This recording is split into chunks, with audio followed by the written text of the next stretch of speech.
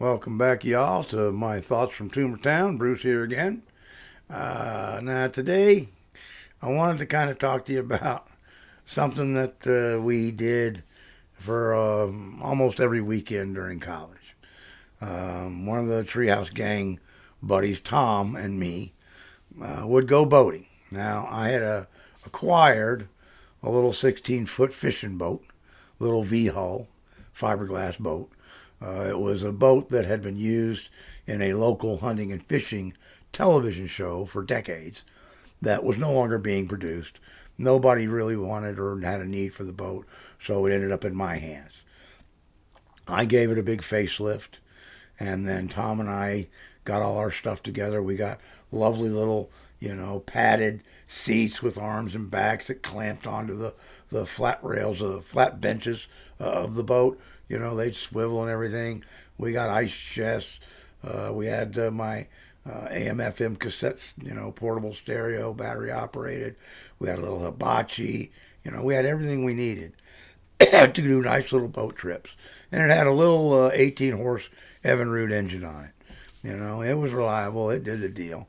You wouldn't go fast, but you'd get where you wanted to go. We had all the safety gear, all the lights, and everything. So it became kind of a habit for Tom and me to go out on the weekends to the Winter Park chain of lakes here and do a little bit of LSD, take a little bit of pot, and go out into the chain. We'd launch at Dinky Dock, and then we would make our way out to Dog Island in the big lake. And for whatever reason, back in that time, the lakes were empty at night. Nobody was out there. No one ever came out to the island. Nobody ever did anything. And we would just hang out at Dog Island, and we would listen to music. We would cook, make food, and just sit and enjoy a lovely LSD experience for 4 or 5 hours. And then we would get in the boat and we would slowly make our way back to the dock and come home. It was wonderful. I mean, I cannot tell you. I would do that again in a heartbeat if I could. It was just relaxing. It was fun. It was just delightful because Tom and I, we would just talk about anything and everything. We would laugh. We would just stand there and come up with the craziest things. Sometimes I would take a little cassette recorder and we would record stupid stuff for my radio show, at the college thing, just crazy stuff. And we did this almost every weekend. And so, I did a lot of LSD. That's just, kind of the way it went back then. It was like, aside from marijuana, it was like, my favorite drug of choice. Now, we used, what was called at the time window pane, which was just LSD, the drug in a liquid form, spread across a gelatin, kind of like a movie film base. So you'd get it on this, and you could cut a little piece or a big piece, whatever you wanted.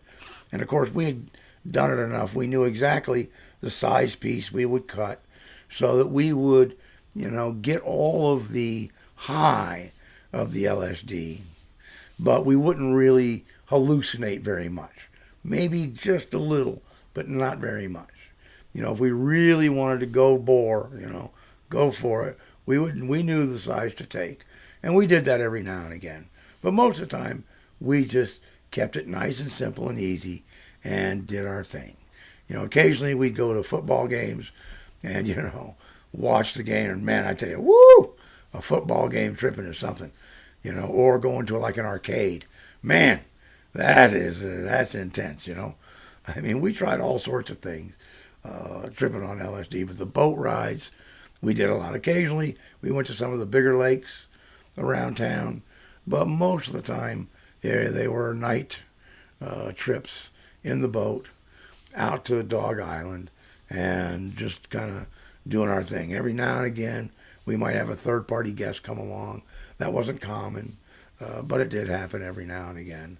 And that was just, something that we did that has been a part of my life and a part of me. And I remember it with great fondness because we just had such a wonderful, pleasant, just chilled out experience doing it. And we were never hassled by anyone, and I don't think we bothered anybody in the process either. So it was just this wonderful, wonderful experience. So eventually somebody stole my Evinrude engine off the boat while it was sitting in the carport at my house. I mean, it was an ancient engine. Why would you steal it? It didn't make any sense to me. But, I figured unless they knew the tricks, they would never get it started.